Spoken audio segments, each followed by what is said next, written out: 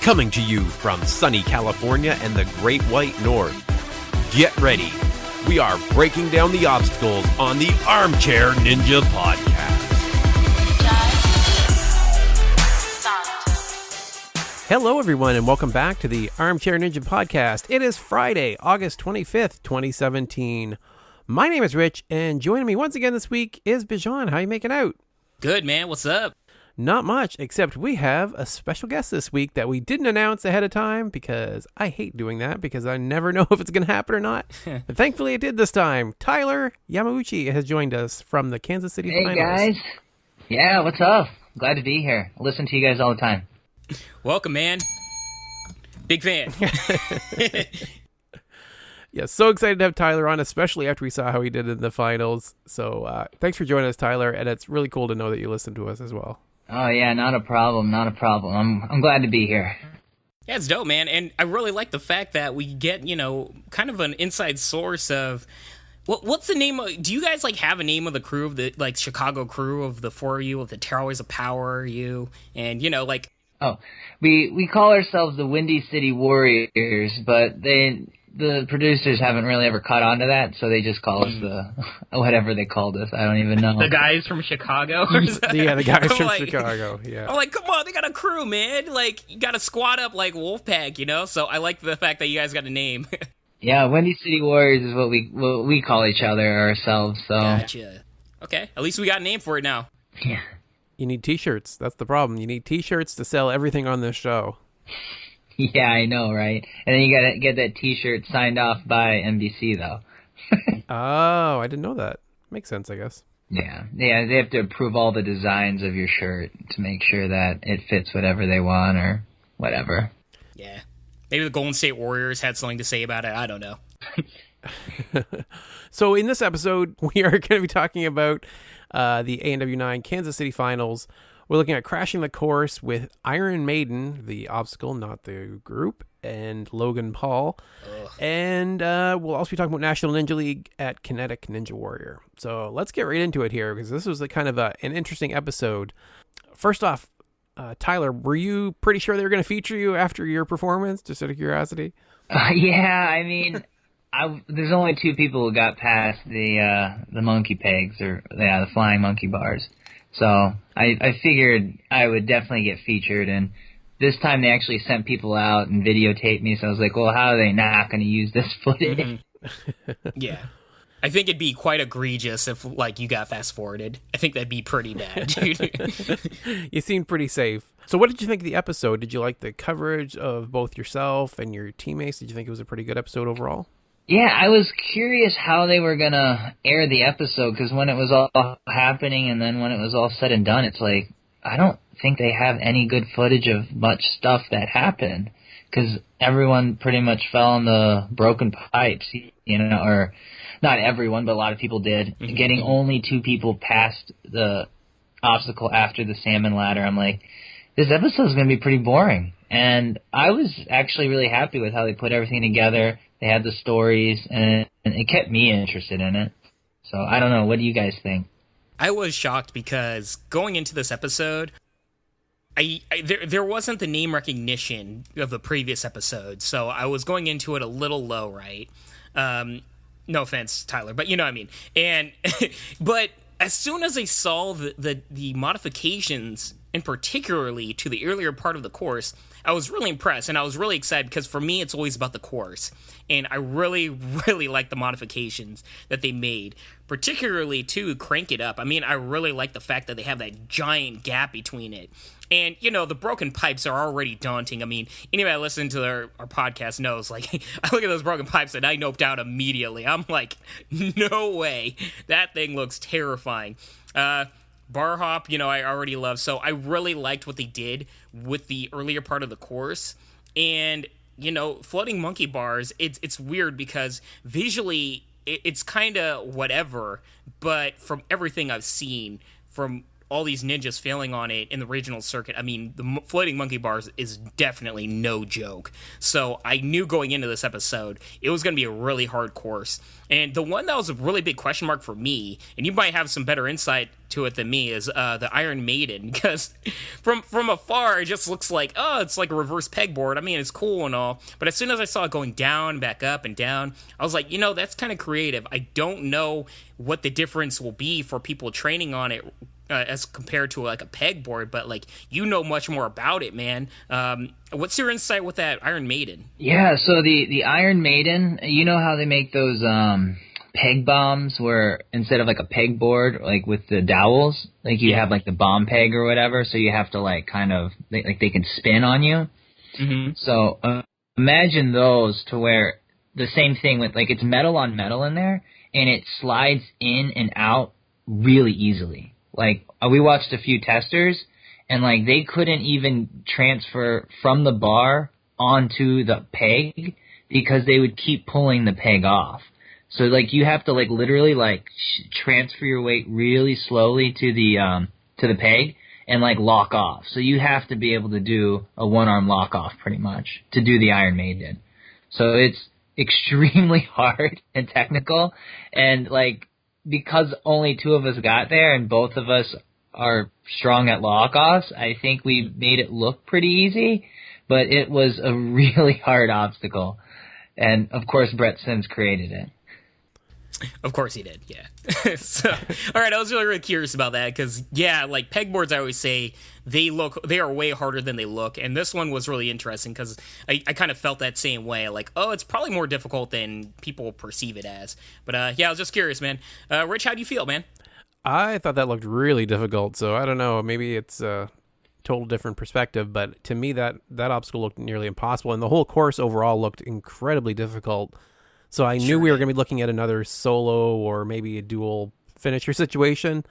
Didn't expect a no finisher like we had in Philly last year.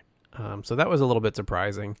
Especially, I swear, I thought you had it. I mean, we'll get to it eventually, but oh my God, watching you go through it, you looked like you had tons of energy left. I'm like, oh my God, Tyler's going to totally finish this.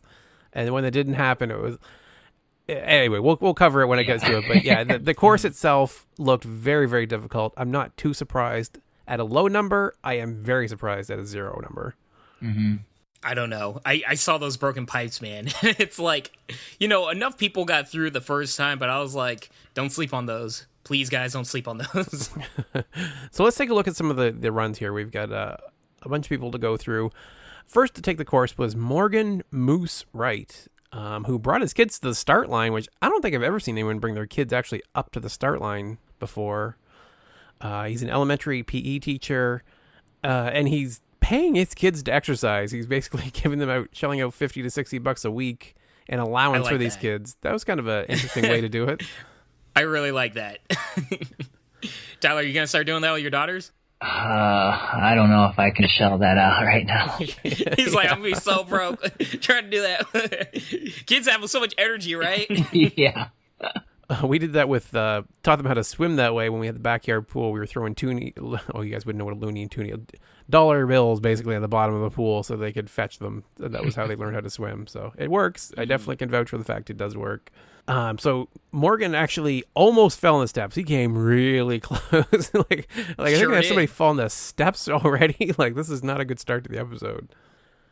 But the one thing that was actually more interesting than that was his fall in the pipes, which you would think you would see more of the way he fell in there. A very, very painful looking fall. To me, that would be the worry when you run across the broken pipes. Is like, I don't want to fall like that. If I'm going to fall, I'm going to fall sideways. Yeah, his whole run. I mean, I can tell why they started the show off with his run, because it was like everything was it's not a struggle, but everything was like captivating. Like, he almost fell on the steps. His fall onto the pipes. And then when we move on, but I'm in Vegas, and he's one of the nicest guys, so happy, and just a great guy all around, so. Yeah, and he's just super entertaining. Like, this guy was brimming with not only charisma, but fun, and he was having a great time, even though, I mean, this guy was...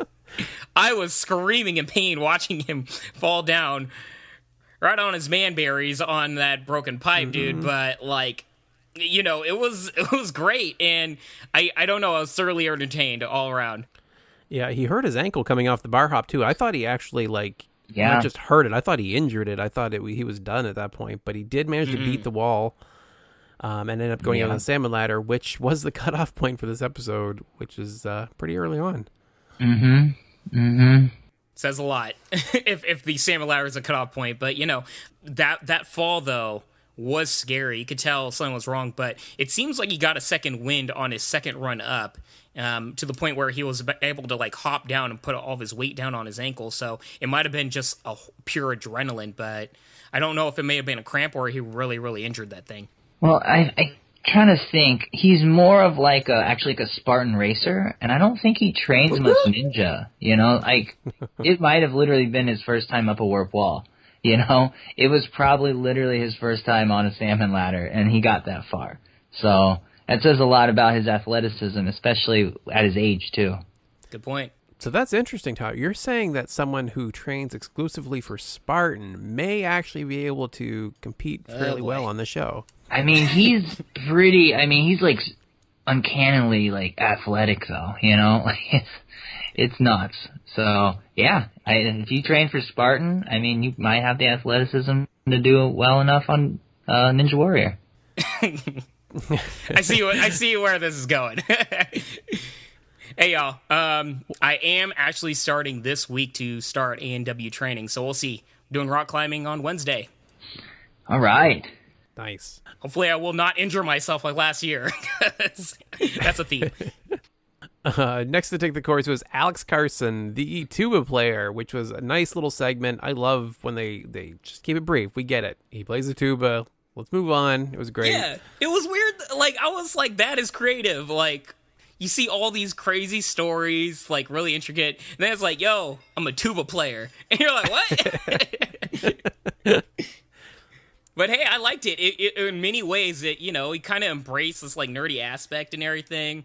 One thing that hit me is this dude's 6'2", 160 pounds, and he didn't look like a skinny twig. So I was like, man, I'm 5'11" and 154, I think, right now. So like, maybe I won't look like a twig on this show if I'm ever on it. It was interesting because he struggled on the bar hop last time, but he used a switch grip this time. Very smart.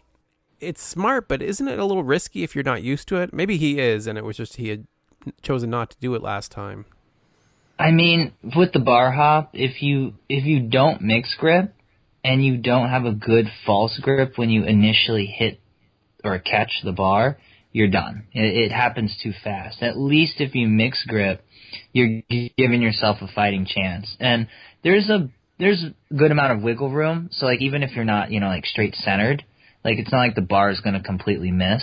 Mm-hmm. So it's almost like you got to mix grip it. Otherwise, you're putting yourself at risk of failing it. And you won't know until you're already in the water.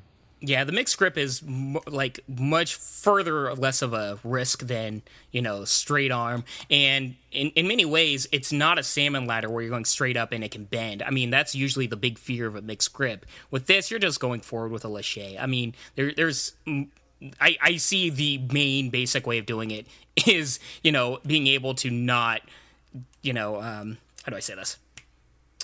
Whatever. Best way to do it is with the mixed grip, guys. That's it.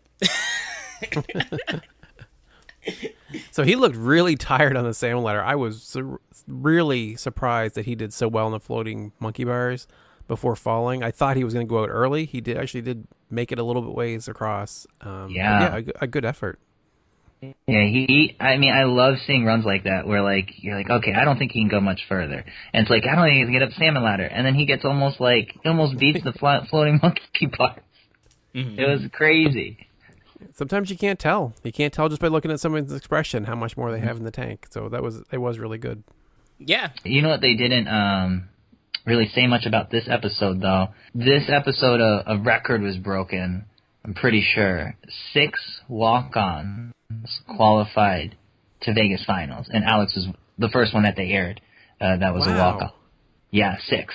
6 out of the 15 were walk-ons. That's never happened before. So That's shout out impressive. to all the walk-ons out there. Yeah, seriously. And, I really like the fact that happened. It sucks that we didn't really get that as a storyline because, walk-ons really, for me, are really inspiring, and they always connect for me. Yeah, I was kind of surprised they didn't bring that up either, so I'm glad that I can let this show know and I'll let all the other ninjas know of that, the inside scoop on that. Mm-hmm. The walk-ons tend to be those people that maybe they don't have the dynamic personality to stand on a camera, but they are the true hardcore athletes. They are the people that are willing to sleep outside for 2 weeks straight. They'll do anything to be on the show, and they have trained hard. So, we've had some of the best ninjas out there come on as walk-ons and proven themselves to be both, be incredibly entertaining. Some of our favorites, Kevin Bull, Nicholas Coolidge, were walk-ons. Yeah, Adam Rail was a walk-on. Yeah. That's insane. Yeah, it's crazy. Moving on, we had a few fast forwards, including Jelani Allen, if you remember, who was a walk-on with his grandpa, who ended up going out in the floating monkey bars. So I guess he would be one of those 6 you were referring to. Yep, that's 2 now. I'm really happy about that because Jelani, I was really looking forward to his run, to be honest with you. And it sucks that it was fast forwarded in many ways, but we got a little tidbit of what happened. And I'm really looking forward to him in Vegas. I really hope they highlight him again. That guy was really fun to watch. Next up on the course, we had Sarah Beeston Heeson, a bartender who has her patrons rooting her on, which was kind of funny. They give that little segment, and then they keep adding these little interesting segments as she's running the course. We have the fact that she's battling Lyme disease this year. She only trained for a few weeks. How do you train for a few weeks and make one of the top 5 women in Kansas City? She was awesome. I really, really enjoyed the fact that we got kind of a highlight of her personality, what's going on in her life. As you guys said, battling Lyme disease and competing, that's next level. She really is a beast. And just like we saw in the qualifiers, man, she's really good. And I really like the commitment that she showed in this run. She was gutting it out, and you could see the visceral, struggle in her face, And I'm really happy that what came later happened, and we'll get to it with her best friend. But it was a really cool story that happened, and in many ways, I'm rooting for both of them next year.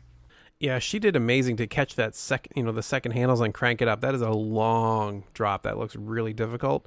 And I like that they, like you mentioned, Sarah Schoback, who we see later, the little segment she has with her kind of gives us a little more insight. And I don't know, the whole only train for a few weeks thing, I think that's a little misleading. It seems to me like she must have been doing something ahead a little more than that.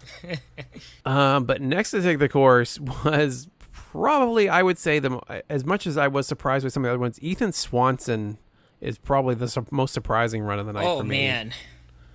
Oh, man. It's... I don't even know what to say, man. It was a rough night for your friends, Tyler, and it was hard for, I think, everybody to watch, because I think we're rooting for your entire squad, Right. Well, I want to say it was the actual order was Dan first, and then Ethan. So when Dan went, yeah, we're disappointed.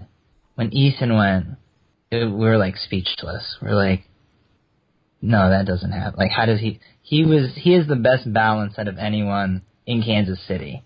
Yeah. And he went out exactly on that obstacle. And then it was just me and then Brandon, and I went before Brandon. So I was oh, God, what am I going to do on that thing? But dude, we're going to get to it, but I am very curious about what was going on in your head going up to that obstacle, because I can just imagine the horror. But, this guy's run, he looked very, very comfortable going up to that Broken Pipes. And, we didn't see a whole lot, obviously, because Broken Pipes are early on in the course, but it really sucks to see him go out so early, because we know he has so much more potential in him. It's just one of those cases where sometimes somebody can get tripped up really early, and it's unfortunate to see. I think it just says just how difficult this course was altogether. Yeah, and I want to say this balance obstacle was definitely the hardest balance obstacle of the year. Yeah. Yep. Cosign. And I don't know if the producers really want to bring it back.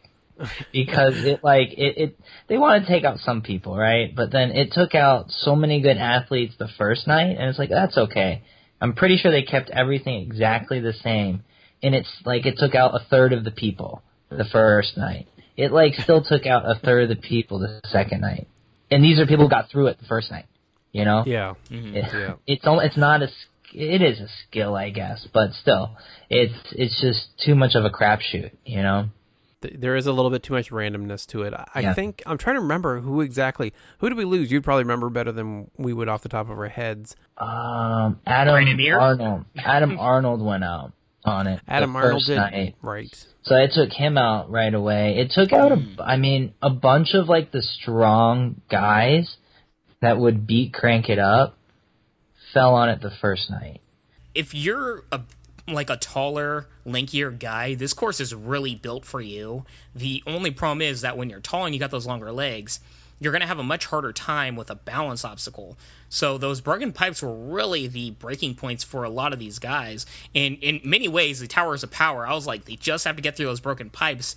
And I was very confident they'd get through a lot of the other obstacles. Like, you know, when you look at the bar hop or floating monkey bars, I mean, I feel like you having a longer distance grip and everything and wingspan would definitely benefit you. And it's unfortunate we didn't get to see that, but I mean, it's an entire course for a reason.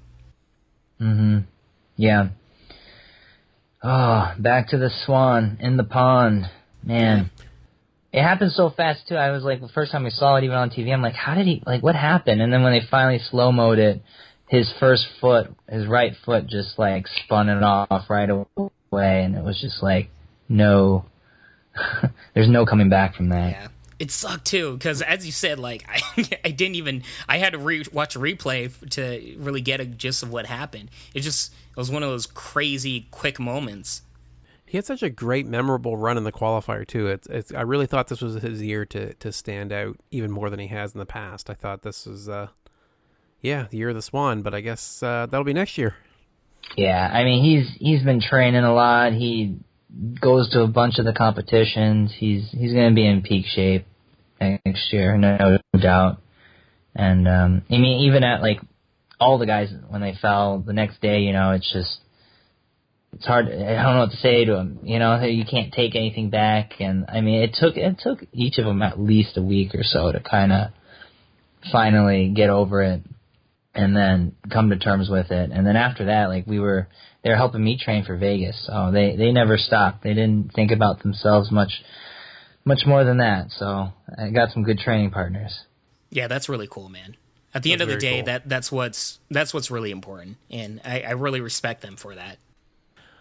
So moving on, the next person to take the course was Wes Whitlam, the Kilt Ninja. Kilt Ninja! Yes, very strong competitor.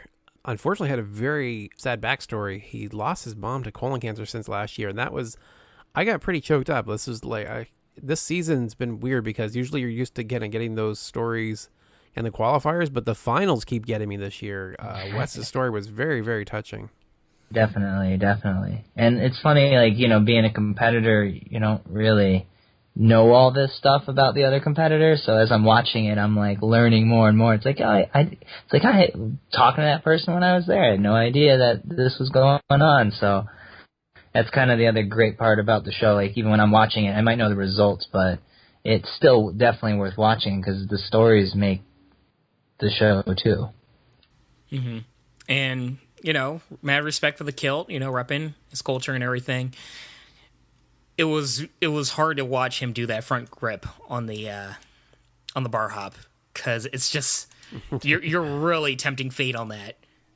Yeah, he made a really good jump over a good portion of the broken pipes though, which we saw a couple of people do, which kind of made me wonder why Brandon Mears just didn't step over the whole thing. But you know, but Wes did go out in the second bar.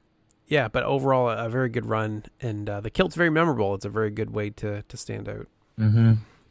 Next up on the course was Michael Boyer, part of the National Guard, who was going incredibly fast at the start. He was just tearing through.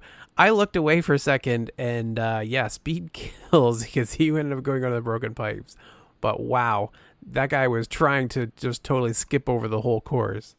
Mm-hmm. Well, first of all, I gotta say, it sucks to say, but I think his video should have been shortened. I mean, they spent a lot of time on this guy.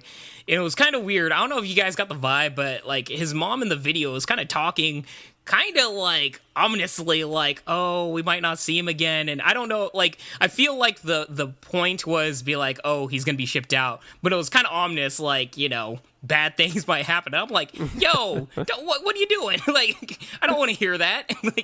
I don't know, could have been shortened, but especially though, like, I think the video was much longer than his run. Dude flew through this course on a breakneck speed. Seconds on the course and like 2 minutes of a video. Yeah. I was surprised too. I was like, wait, oh my god, he ended what? That's where he fell? Yeah, way too fast. And he's 21 years old, so he's got plenty of time to keep doing it, keep progressing. So yeah, let's hope so, man. He definitely, he's athletic. He was flying through that, just making some rookie mistakes.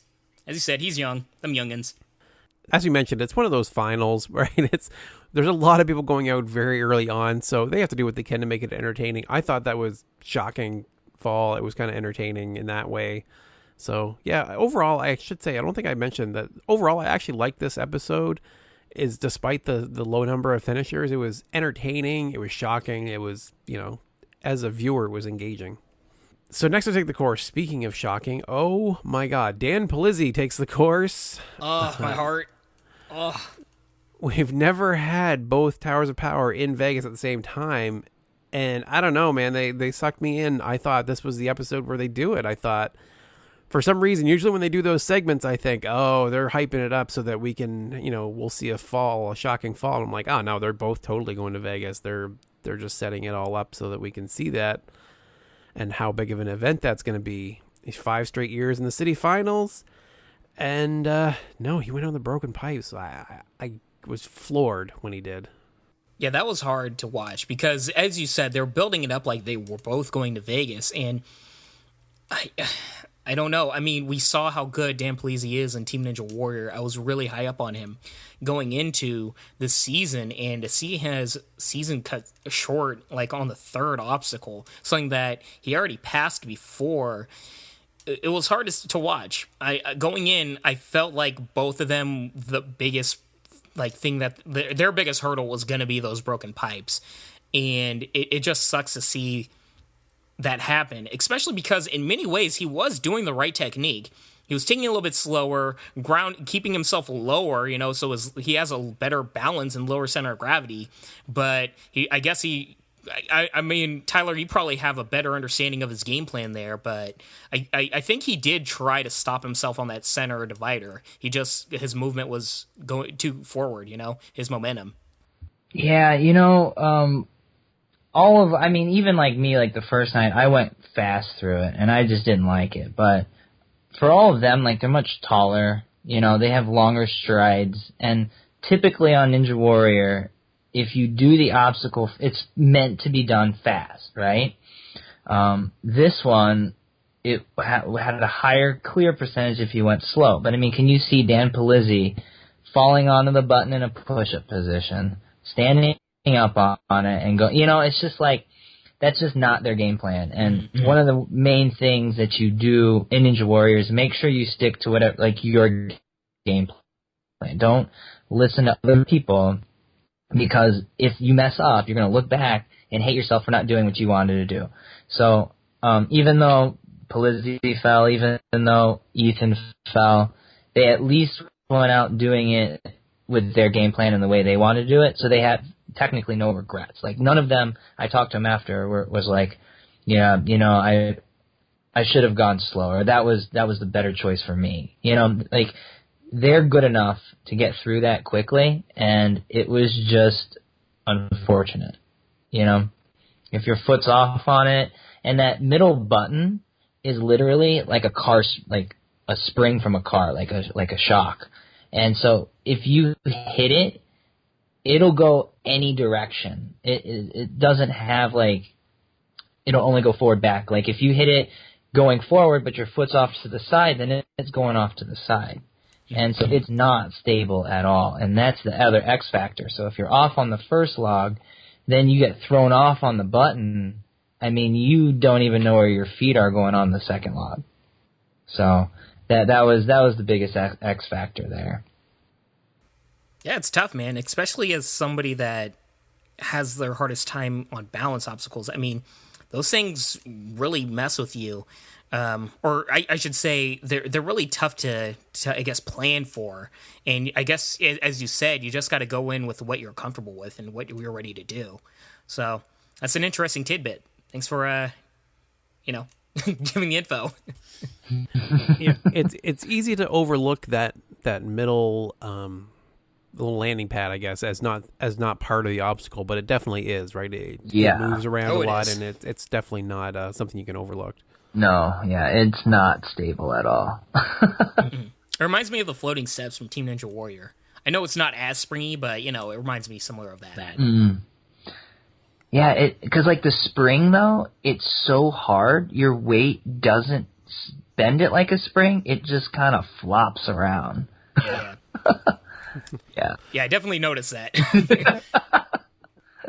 Well, just in general, I just gotta say, man, I mean, we're talking about Dan Polizzi falling. I mean, that was a heartbreaking moment, and it really, really shocked me. And I'm glad to hear the fact that he was back on his feet the following week.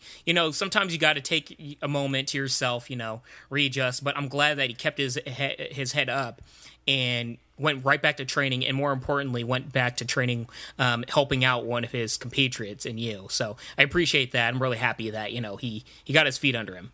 Yeah, definitely. And we know we'll be seeing them, especially tearing it up on Team Ninja Warrior when it comes back on. Next up, we had a couple of fast forwards, including Devin Harrelson, Dougie Fresh, who went out on the floating steps. How did that happen? Yeah, that might have been the next biggest shocker, actually, like, watching it. Because, someone falling on the steps the second night, that just doesn't really happen. So, I remember, it counts down, he starts going, and I'm not, I'm like half watching, because you're not expecting him to fall on it, and then he's wet, and it's like, wait, what? And everyone was just like, oh my gosh, how did that happen? And, I mean, he was devastated. I remember seeing him after. I gave him a hug, and I think he's opened up a ninja gym, and he took that loss really hard. I know that, and I hope he's doing good now. But he was devastated. He was beyond that. Yeah. I mean, it's tough. The floating steps, it's the first obstacle, but I mean, in many cases, you can't overlook something like floating steps. It could be just one of those spur moments where things happen, and I don't know. I really like this guy, and he's got so much charisma, and he's such a fun person, like personality, that I'm pretty confident that we're going to see him many years into the future. He should keep his head up, and as you said, Tyler, he's opening up his own gym and stuff. I mean, this guy's definitely got a lot going for him. Yeah, he's got, I'm pretty sure, the only tattoo parlor / ninja gym in existence. So, I mean, he does definitely have that unique thing going for him. But next to take the course was Mitch Vidapo, the science ninja, who's been struggling with a long-distance relationship for the last few years. He was a really efficient runner through the course. Like, he kind of had that Joe Moravsky, efficiency of movement vibe going there in the first half. Did you notice that, Bijan? Yeah, he was very technical. He definitely didn't expend a lot of energy on a lot of the obstacles, which really made, like, that's super impressive to me. I really like that type of approach to the course. And yeah, this guy really wasn't on my radar to that degree, but he really shocked me. I mean, I was definitely paying attention a whole lot more, him going into the later half of the course, and he really, really, I think, turned a lot of heads. Like, he what can you say, man? The guy made it all the way to the elevator climb. He was dope. Yeah, so he was also now, like, the third walk-on that made it to Vegas. He was a walk-on. Interesting. Wait, what? Walk-on this year. Yeah. He was a callback before, but he was a walk-on this year. Really? So just so you guys know, yeah. He was a walk-on, and he killed it. And the other thing is, the finals are shot the next night after the qualifiers, right? Mm-hmm. Mm-hmm. Well, we had a rain delay, so they got 12 people in, and then he was the 13th person up. And he was supposed to go. And I read his post on Instagram. He said that, he said, he's ready to go, but really deep down in his mind, he wasn't really ready to go. As in, mentally, he kind of kept seeing himself failing on certain obstacles. Well, because of the rain, it literally rained all night. You couldn't continue shooting. So they had to push it back to an extra day. So he was the first competitor, the 13th person to go, but the first competitor of the next night. Wow. He said that extra day helped him get mentally prepared to where he could see himself completing the course. So he said by some divine intervention, he was able to do as good as he did. And because if he had to run maybe the day before that, he might not have done as well. So I thought that was really cool, real cool story for him to post up on that. Yeah, that's awesome. And not just that, I mean, I feel for a lot of the other Ninja Warriors about to run, that gives you a boost of I guess, confidence as well, because you're seeing somebody actually getting through these obstacles that psychologically you might be like, oh, how do I do this? So I really like that factor, and it's really cool to hear that he was the first runner of the night, the second night. I mean, that's awesome, and I'm really happy for him. That makes it even more impressive, honestly. Yeah. And I remember, when he got to the climb, everyone was like, all right, he's going to finish. And then I'm looking up, and he's almost to the top. I'm like, yeah, he's going to finish. And then all of a sudden you see red come up, and it's like, what happened? And then, you watch on the video, and I talked to him afterwards, too, and he's like, yeah, I was pretty pumped on the Iron Maiden. And he was like, I just completely gassed out on the elevator climb. But if you look at his time, he was flying. If he took more rest break, I think he for sure could have completed, but then also you have to realize you're the 13th person going, and speed kind of does matter too, So it's hard to say he should have gone slower so he could finish, because you're going, right in the middle. So I think he did the right decision, but if he were to have gone later and know that, okay, I passed the monkey pegs, I'm going to complete, I'm going to Vegas now, it could make a difference. Yeah, I feel you, I kind man. of wonder if he had risked his life the way everyone else does at the top of that elevator. I wonder if he could have got his feet up there and actually pulled it off. It was really close. He came so close. It was shocking. For me, at a certain point, I just wrote him off like he was gonna make it. So it really surprised me because he got, as you guys said, so freaking close.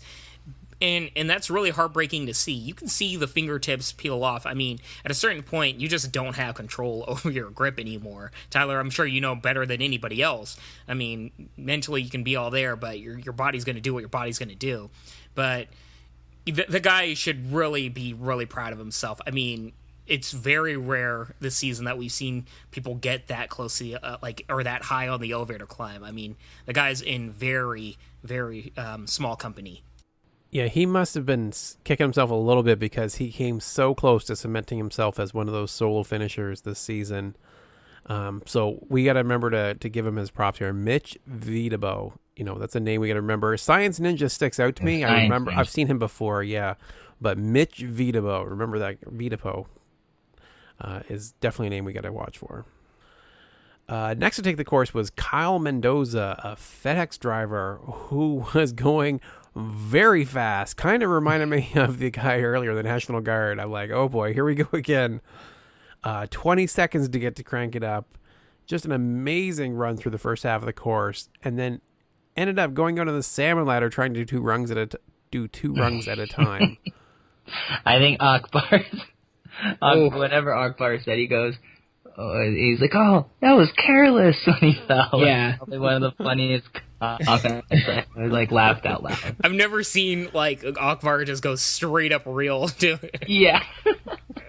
That was crazy, man, because I believe if he completed that salmon ladder, he'd be going to Vegas. But even at a certain point of this episode, getting to the salmon ladder, just starting it was a cutoff. So do you guys know, Rich, do you know if he made it to Vegas or not?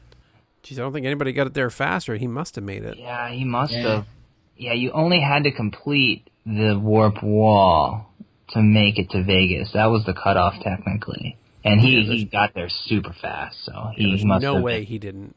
Yeah, he must have been the cutoff, yeah. That's awesome. So I'm curious at this point also, guys, with your guys' recordings on your DVR or whatever, were you guys able to watch the full episode? Because I know they split the episode up in the East Coast, but I'm in California on the West Coast feed, and this episode was also cut off, particularly at this point for me. I think because I record just 5 minutes earlier, so it might have just been an hour. But the DVR didn't schedule to record the second hour. I'm very curious if that happened for a lot of other people with this particular episode. So if you guys are listeners and this happened to you, I'm really curious.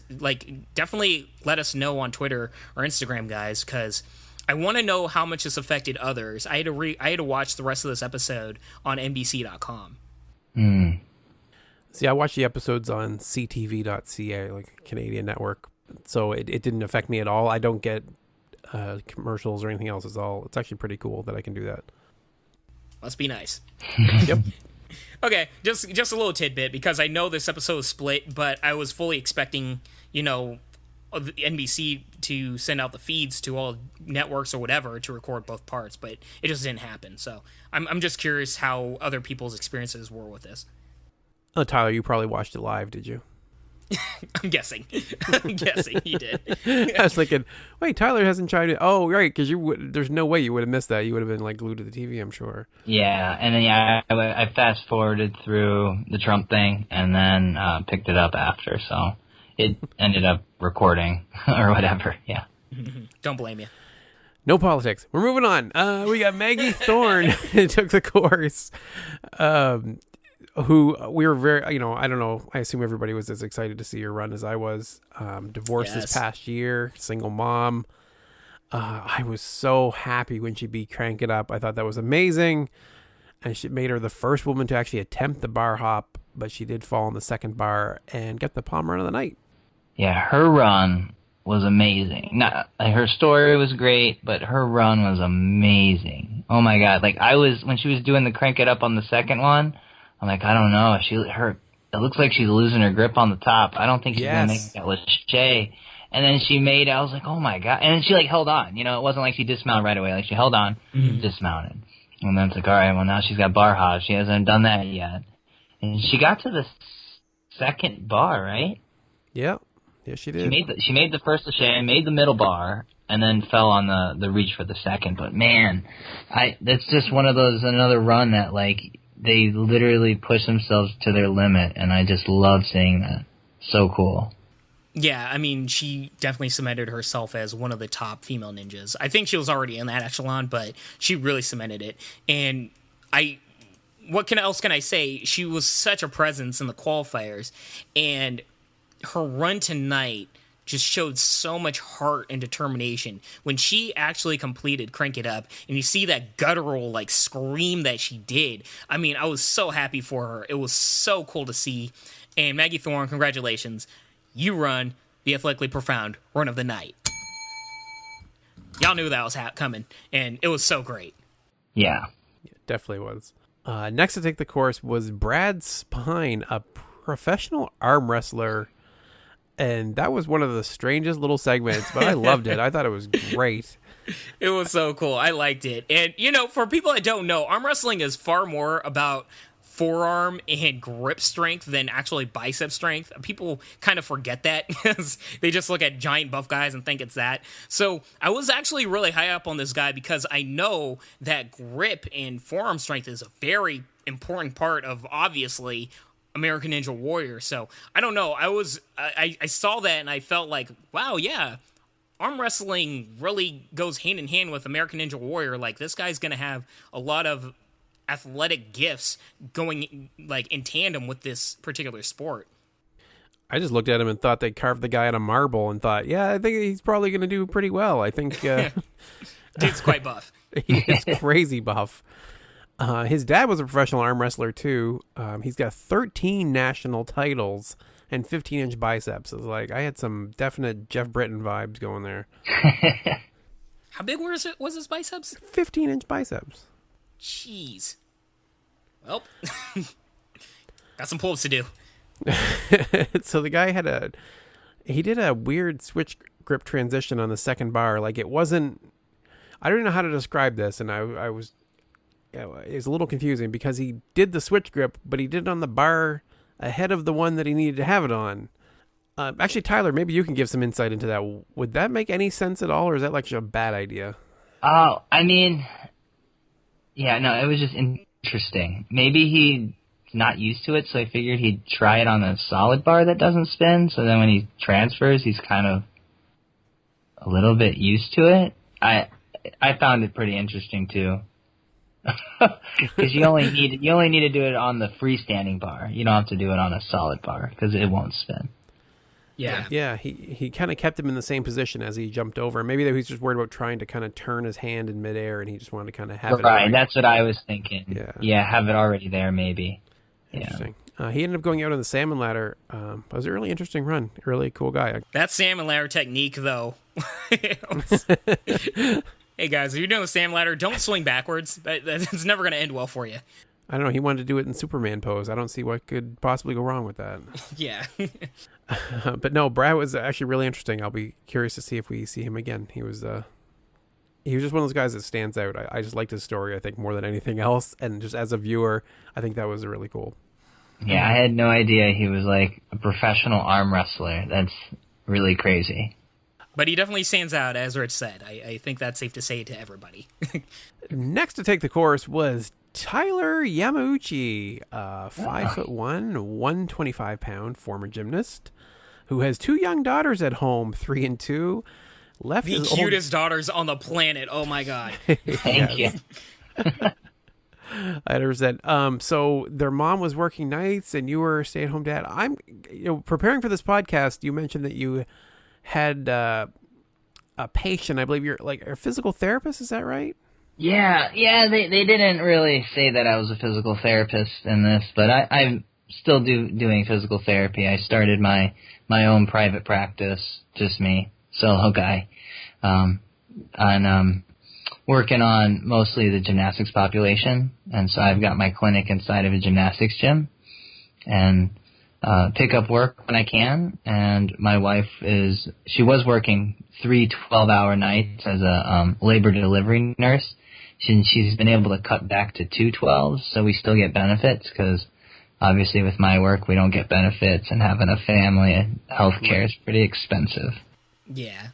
I'm really happy that she gets more time with the kids, though. I mean, these are the developmental years, and, you guys want to cherish as much time as possible with the kids, so I'm really happy for your wife and you, It's important, Absolutely. And I've been there. Yeah, in my 20s, I was working shift work and, staying home with the kids on some days and being there, not others. I've got a few daughters myself, so I get that, how challenging that can be. It was a really cute little segment for you. I really liked it a lot. Yeah, great. Yeah, I wasn't sure what other people thought. My brother was like, they didn't even say that you're physical therapy or physical therapist. And I have a bunch of PT friends, and they're like, don't you do PT still? It's like, yeah, I mean, it's a TV show. Yeah. Yeah, they like the story of the stay-at-home dad more. Everybody being like, oh, I understand. And in many ways, they did highlight what's most important, which is your personality and just who you are. And I really think you came off very well on this show, especially, you with your daughters. I mean, your daughters are so adorable. And I like the fact that they highlighted the family aspect of you, and also highlighting your daughters throughout your run. I mean, it definitely made a huge connection with the audience. And I don't know. Also, seeing your gymnastics, that iron cross. I mean, every time I see somebody doing iron cross, I'm like, oh God, I can, so much respect. I can't even fathom how hard that is. Yeah, because they always want me to do the iron cross because I held the world record in the iron cross. Really? Yeah. Oh, wow. Let's get some deets, man. So, what do you mean? What's the record? So I'll tell you the quick story. When I was finishing up college, I was in really, really good shape, right? And I'm like, well, I know I'm not going to continue gymnastics because I want to have a career and focus on physical therapy. Mm-hmm. So I ended up figuring, all right, I'm in the best shape going to be in. Let's look up a world record and see if I can beat it. So I looked up some, and the one that came up was the Iron Cross. The record was 22.8 seconds, or 22.9 seconds. I went in the gym that day, held it for 20 seconds, dropped down. I'm like, okay, I can beat it. I just dropped down, trained for a couple months, and then you have to do some paperwork and stuff for Guinness, and did that, filmed it, sent it in. I held it for 32.8 seconds, so I beat the record by like 10 seconds. Damn! And That's amazing. I dropped down because in the rules it says if you have more than 1/10 deduction, which is like flexing your toes. It's like being a degree too low or too high. Bending your arm a little bit. A 1/10 deduction is very small. And so once I felt myself dropping, I came down because I had already beaten the record. I didn't want to send it in and then have them deny it. Well, 4 years after I broke the record, someone held it for 38 seconds. I watched the video, and like at the end of his 38 seconds, he was so low.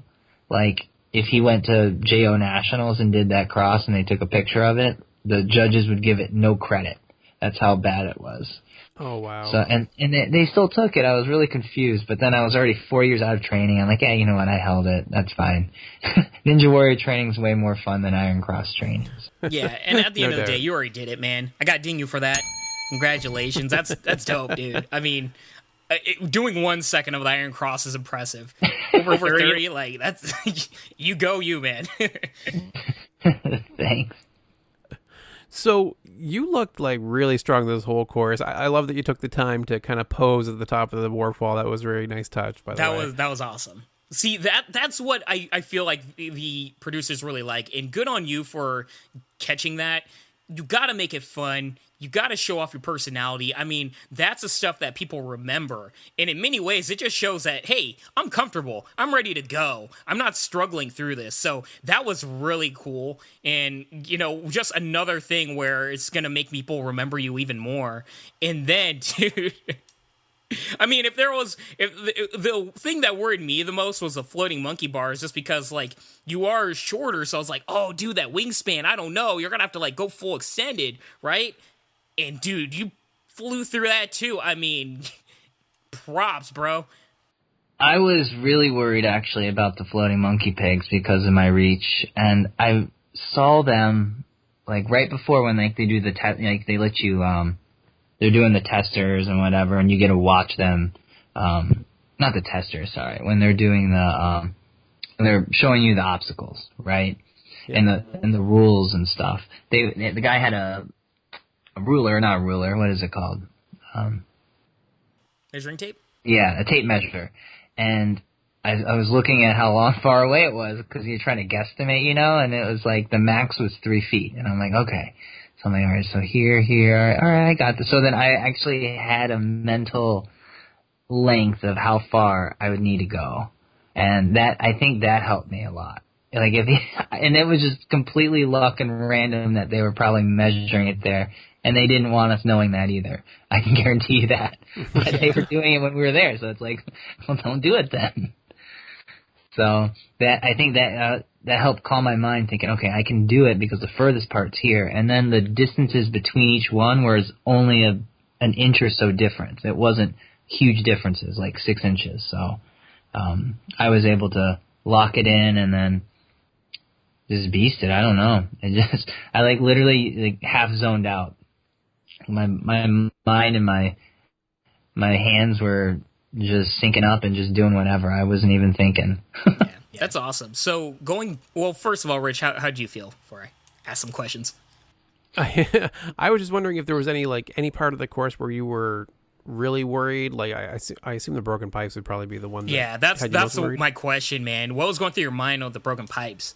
So I wish they would have shown my run on the qualifier. So I went fast on the first night, and my game plan was 3 steps, 1, 2, 3. Use the button or maybe skip it, depending how well my balance is on there. Because I was practicing actually skipping the button because I didn't like that X factor of it. And when I was going, like literally, it started spinning on me right away, and I was like, in your mind, you're like, oh crap. So then, I put 1 foot on the button, I put one foot on the second pipe, and then I'm so far off, I literally just dive 8 feet in front of me. And as I'm in the air, I'm thinking in my head, I'm getting wet. And I end up catching it right at my armpits of the padding. Oh, I catch it at my armpits. And, like, I'm strong in that position. So when I hit, I knew I was good. And then afterwards, they told me, like, if I was any taller, my feet would have touched the water. Like, that's how, like, low I caught on there. Right. And so in the interview after the qualifiers, you know, they're like, oh, what are you going to do on the broken pipes? I'm like, well, I don't know. Like, I guess just do it again, and hopefully it comes out the same way. And after thinking because I had an extra night to think about it, I'm like, you know what? All the girls went slow. They got through it. I'm just going to go slow because I feel like my balance is just as good, if not better than theirs. If I go slow and I fall, it's my fault. It shouldn't happen. So I decided, all right, I'm going slow. And I told, you know, I told Brandon, I told Ethan, I told Dan, it's like, I'm gonna go slow, man. You know why? Because it's not worth it for me. I don't trust my balance that much going fast. And they're like, yeah, go slow. You know, so like we each had our own game plan. That's what I was saying when they fell. It wasn't like I didn't feel bad for not telling them that I was going to go slow. You know, it was like we each had our own game plan, and we were all okay with the outcome of it. And like that's the important part. Awesome, man. So that Iron Maiden though. I'm telling you. That final drop, I like just as like before, I was like, oh, he's got it. Like mentally, like going even like the second part of Iron Maiden, you look so fresh and like comfortable on that. Obviously, with your gymnastics background, everything else. So I was like, oh, he's got this. You know, he's looking very comfortable. I'm already like planning in my head how he's gonna do the elevator climb. Bro, what happened? No. No. Like when I started coming down the Iron Maiden, so do you guys know what a false grip is? No. No. It's kind of like in gymnastics you get a false grip on rings. It's kind of where you curl your wrist down because so the Iron Maiden wants to spin on you, right? So you have to really curl your wrist down. And as I was coming down, I could feel that those muscles were starting to get fatigued. And I planned out the route if I went down the right side and I went down, and then I skipped the next rung, so I would go to the very bottom, and then I match. That would be the least amount of moves. But when I was going, I was just kind of going in rhythm.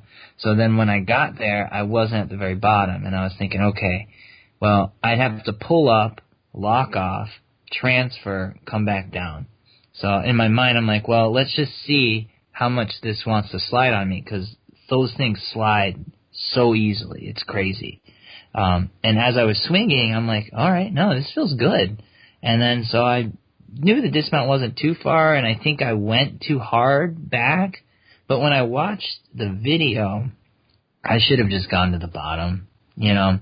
And if I would have known that I just had to do that one extra move, or if I didn't do that extra move, I'd fail it, of course I would do it. Like, I had enough energy to do it. It was just like, well, why waste more energy if you don't have to? That's what I was thinking. And I had a game plan to do it correctly. I just didn't execute. So that's also my fault. But my biceps felt completely fine. Like, I'm pretty good at rope climbs and just doing all arms. I don't even use legs most of the time.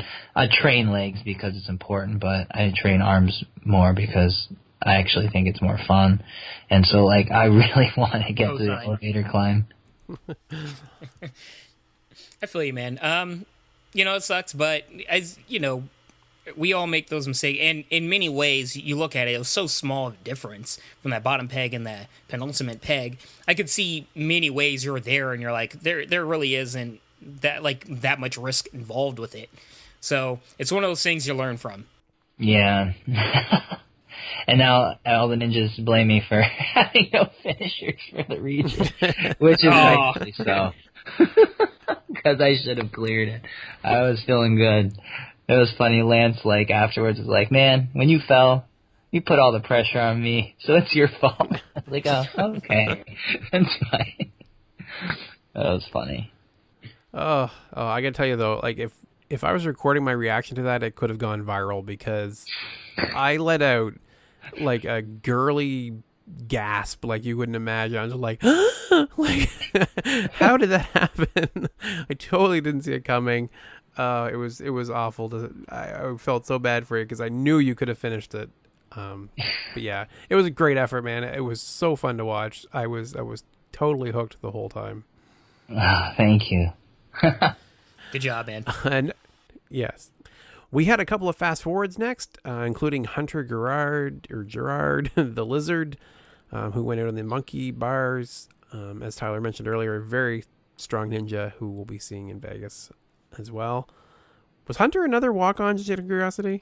No, he was not a walk-on. I'm trying to think who else was. I don't think anyone else they showed was a walk-on. Who's the guy that dresses up? He wears like the suit. He made it, but they featured him in the qualifiers, but they didn't. Devon? I know what you're talking about, but yeah. like I see him in my Right. brain, but I have no idea his name. He's got the nice big high top. He made it to Vegas, and he was a walk-on too, but they didn't show him in the finals really. So Wow. Mm-hmm.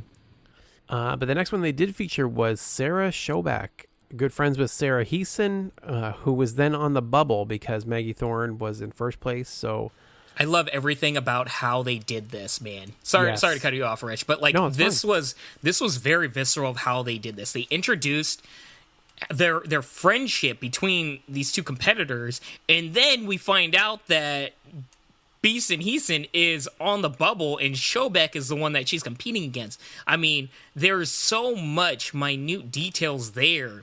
Psychologically, you can feel for both of them. You see just everything that's going on with Heeson on the sideline. Like, she's crying, she's giving tips to Schoback, she's cheering her on, but yet you see like this other part of her where it's like, man, I'm on the bubble, and there's a lot. Like, that's got to be such a hard situation for Heeson. And for Schoback, you know, there's a lot going on there, too, because we know the time cutoff and the fact that it got so close. I mean, that was a very dynamic run and so much going on. yeah, it's such a weird position to be in, right? Where you want your friend to do well, but at the same time, you want to go to Vegas, right? It's such the whole sport is really interesting in that way, that we have that. And this was a really good demonstration of it, like you said. So Sarah actually was, I'm going to say which one, I guess Schoback, who was on the course, was struggling to dismount the hang glider. It was not really clear as she finished the broken pipes whether she had beaten the time or not. So they kind of left us hanging there, right? So we had to see how she finished, whether she finished crank it up or not. I like that. Yes, yeah, that was good. Good. So when she went on the sidelines and started talking to Christine, she found out that she was 0.3 of a second basically shy of moving on, and that her friend Sarah Heeson was actually going to be the second person going to Vegas. Which, I mean, she was happy for her. That was awesome. And she ended up going to Vegas anyways, I think, to cheer her on and support her. So that was great. And it kept me involved. I'm sure a lot of other people involved too. Yeah, and when you're training partners, I mean, Tyler, you know better than anybody, or at least when it comes to like my friends and people I train with. I mean, you're in it together. Even when they're running, you're in many ways there with them, and you just want them to do well. So I'm sure Sarah Schoback was just as like exuberant the fact that her training partner made it to Vegas also. I mean, instead of her. I mean, it's tough to see. And it's a really hard situation for both of them. But in many ways, at least one of them made it, and the Sarah Schoback can cheer her friend on. Yeah, really engaging. It was things like this that made it, like I said, with the lack of finishers, doesn't matter when you have moments like this where it draws you in and you actually can root on someone for wherever they make it on the course, right? So there's still interesting stories to be had. Speaking of interesting stories, the next to take the course was Brandon Mears, and I swear I could have lost so much money on this episode by betting. Thankfully, I do not gamble on American Ninja Warrior. He ended up falling on the broken pipes too, as we kind of alluded to earlier. He just bounced back off of the mat. Like, I didn't know what to even think at that point. Dude, I thought he. I literally feel like he defied the laws of physics with the amount of mass he had going forward. The fact that he hit the mat, his body was touching the mat. How did he not stay on the mat?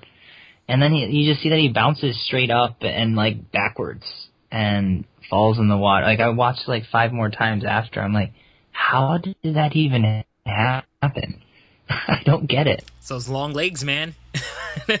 I don't know, but it's really tough because if there was one person I felt like definitely was gonna pass it, I felt like Brandon Mears. He had the opportunity to see, his compatriots not get through it and also get through it. I felt like he was going in with that confidence, seeing Tyler Yu get past it.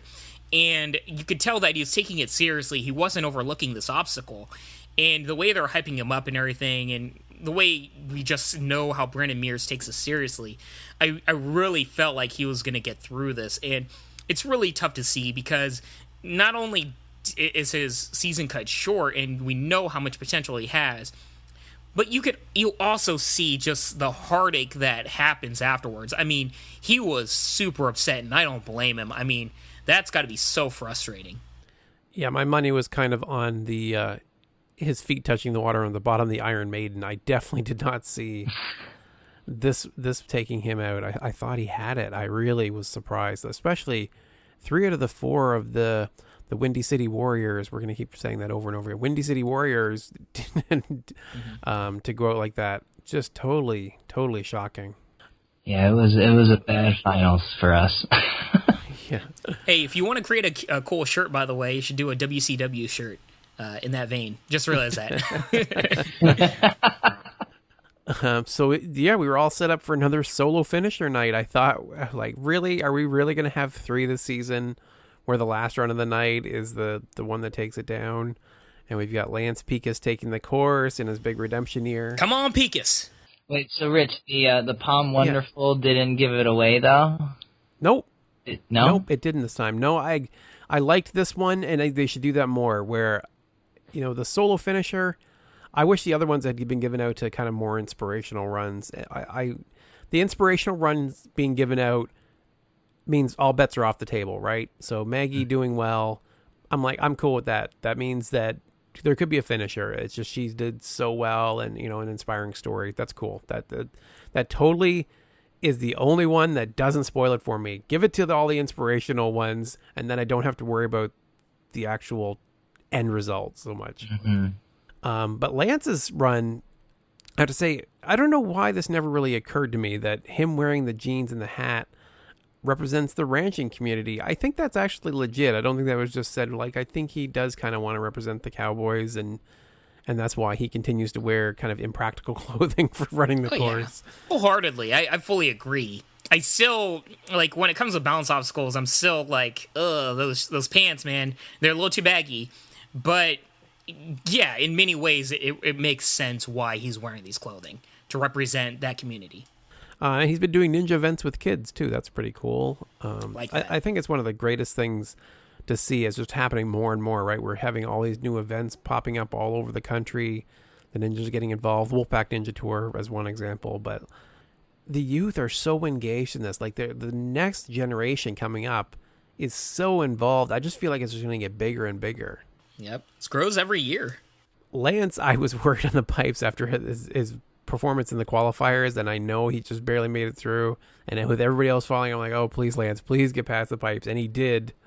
But he ended up going on the monkey bars, so we ended up with no finishers in this episode. Yeah, brutal. I mean, when you saw, I don't know if you guys caught it, but with the first transition with the monkey bars, his fingers were already slipping off, so I got really, really worried already there. I mean, it's not about technique or anything, it's just, his fingers were slipping in. I can't blame him. But, I mean, it's tough. I'm really glad that we get to see him in Vegas at least, but I feel like that might be something that he might need to train on a little bit more. Yeah, and I mean, luckily I didn't miss at all when I was on the monkey pegs, but I mean, having to recover like that and to recover again on the same hand again, is gotta be a lot of strain. Yeah. Mm-hmm. gotta be brutal. With that said, I mean, Lance Pekus, even though I always, going into this episode, I was like, Lance Pekus is the main feature ninja? What? I gotta say, if you guys ever see this guy on Spartan Ultimate Challenge, this guy is a beast of an athlete. He's no joke, so yeah, definitely gotta give him his due, especially with his cardio, because he's such a big guy. His cardio is really underrated. And I mean, you also have to look back what Kansas City 2 years ago, was he one of the only finishers? Him and like Ian Dory. I mean, He was a top finisher. and so he's been finishing courses. So it's not a surprise that he could or potentially finish this course. Yep. Very, very strong. One person I want to mention that was skipped entirely, and I was really surprised to see, was Jeremiah Morgan, who took 7th place, who was like one of the top ninjas a couple of years ago. Like, why did they ignore him this episode? It was kind of a big thing for him to be back, I would think.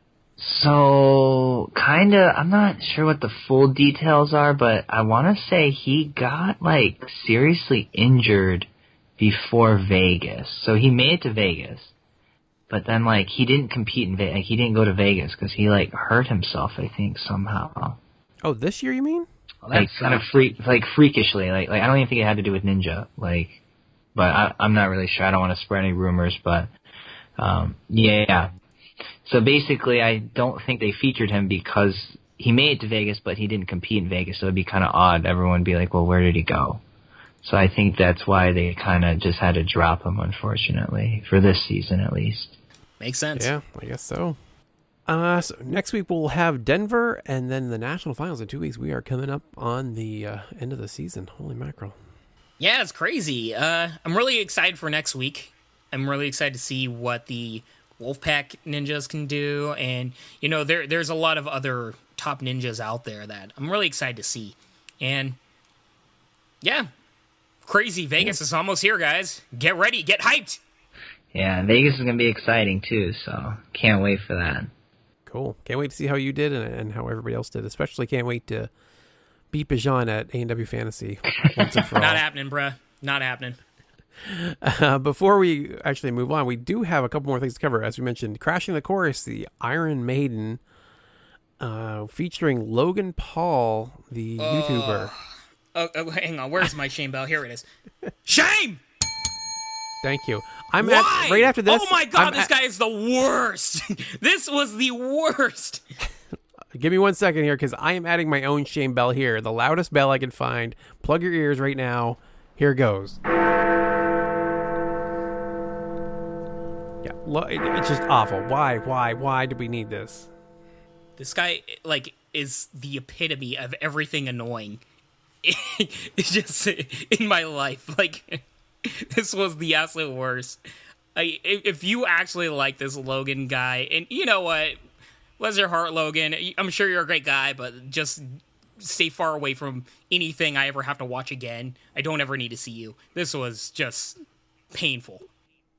Oh, but he couldn't find the camera. He's a YouTuber who couldn't apparently Hilarious, figure out where right? the camera Yeah. was. Just, oh my God. Oh, it and was so funny. dabbing and, doing the nay-nay. What are we, back in 2015? What is this? Anyway, Grant McCartney was there, who rescued it a little bit. We had to see him actually do the Iron Maiden, which was cool. It looked like he was struggling, even just doing the Iron Maiden by itself, which kind of really stressed how hard that obstacle is. So that was actually really good. Tyler, any thoughts on this particular Crashing the Course? Just what you guys said. No, but yeah, I was glad that Grant got to do it, got to demo it, and yeah, I actually got to show how tough it was, because it's not easy, and unfortunately, both of us that were doing it, I don't know, that's probably our strengths. So. Mm-hmm. I mean, it's really cool to see featured ninjas on this. I really wish Grant was the only person featured on this, but it was definitely refreshing to see Grant, and in many ways, Grant can see just what, doing a little bit too much dabbing too late can do. I shouldn't hate. I mean, Logan Paul is huge. I mean, I can't blame them, because he is absolutely huge on YouTube right now. I watch YouTube way too much with my kids. So, I mean, I have a lot of favorite YouTubers. He's just not one of them, unfortunately. Oh, well, I'll be glad to take the brunt and say, Logan, stay far away from anything I ever have to watch again. Awful. I don't know who your fans are. Bless their hearts, but... Yeah, he's rabid fans. Yeah, I hope we don't incur their wrath. Bring it, y'all. Bring it. I had no idea who he was, and I don't think a lot of people did, and he hates, like, Logan Paul hates that. And I didn't realize, like, he's, like, huge. Like, people... he is absolutely huge. Yeah, outside of, like, because they're, like, tweens, right? Like, I don't know, like, 12. Yeah, it's gotta be. They're, 14. And they were lined up on the fence, like, ready to see him. I'm like, who is this guy, though? And then I kind of looked him up a little bit, and, I mean, he's doing his thing, man. He's doing his thing. Yeah, he is one of the biggest YouTubers out there. Like, totally at level. But moving on, because it's not really relevant to Ninja and didn't need him on Crashing the Course, let's take a look at National Ninja League at Kinetic Ninja Warrior, which had a great course. Lots of the new obstacles we've seen this year, like these absolute maniacs at these local competitions building Crank It Up, the Battering Ram, like they just watched a show or... Dude, they had the elevator climb already. It's crazy. This ingenuity. I love it. Absolutely phenomenal. Great results as well. Some of the ninjas we've seen before, and some new names as well. For the women, we had in third place Mei Ling Wang, in second Tori Clement, and in first Carter Olson. And for the men, we had in third place Judas Licadero, and second Mike Revert, and first Kyle Soderman. Some great ninjas there. Tyler, I think you actually had some information on Kyle, didn't you? Yeah. So he was testing in Vegas, and I think he tested in KC a little bit too. But he became like the ATS main tester. He was running stage 1, stage 2. They loved the guy, and I think the only reason he wasn't on this season was because he did Ultimate Beastmasters 2. But I have a feeling they're going to change their mind for next year, so you better look out for him for next year on ANW10, because he's going to be killing it. Yeah, that's exciting. First of all, shout out to Ultimate Beastmaster. I'm really happy there's finally a contemporary other show that's really high level. And it sounds like upcoming season, guys, it definitely sounds like they've got more obstacle course friendly competitors rather than just CrossFitters. And I don't know. I'm really excited to see this guy also on ANW. As you said, Tyler, I mean, they're big fans of his on the show. I have to imagine we're going to see him next season. And I don't know. From everything I saw from the regional circuit, this dude can go. So, dope. Yeah, phenomenal results on a really tough course. So, yeah, Kyle's one to watch for sure. And that guy replicated the Crank It Up, like, to a T. Like, it literally looks exactly the same setup as they had. It's insane. Yes, big shout out to Kinetic Ninja Warrior for doing a great job of replicating those obstacles, because it's always amazing, and they did multiple. Like, it's one thing to do one of the obstacles, they did a few of them. Really cool job. Mm-hmm. So thank you very much for joining us, Tyler. How can people reach out to you? Do you have any your social medias? What's the best way to keep in touch with you? Yeah, I'm like Ninja Yama PT at all one word on like Instagram, on Twitter, on Facebook. Facebook? No, not Facebook. Yeah, Twitter and Instagram, sorry. And then I've got a Muscle Ball Fitness on Facebook if you guys want to look that up. I've got a little gym right next to my PT clinic that we have going on. So doing a little ninja, doing a little physical therapy, doing a little coaching, bringing everything in to one space. So sounds very dope, cool, man. All right, if you'd like to reach out to me, you can reach me as rich@ninjapodcast.com. I am at Ninja Podcast on both Instagram and Twitter. And Bijan, how can they reach you? Hit me up at Bijan151. That is Bijan 151. Shout out to you, Tyler. It was great having you. Seeing your children on the show, fantastic family. I really wish you and your wife the best and your children the best. And it was great talking to you, bro. It was very fun. Got a lot of info, and I wish WCW the best. Thanks, man. All right, thank you all for listening, and I hope you have a fantastic week. Peace and love, y'all.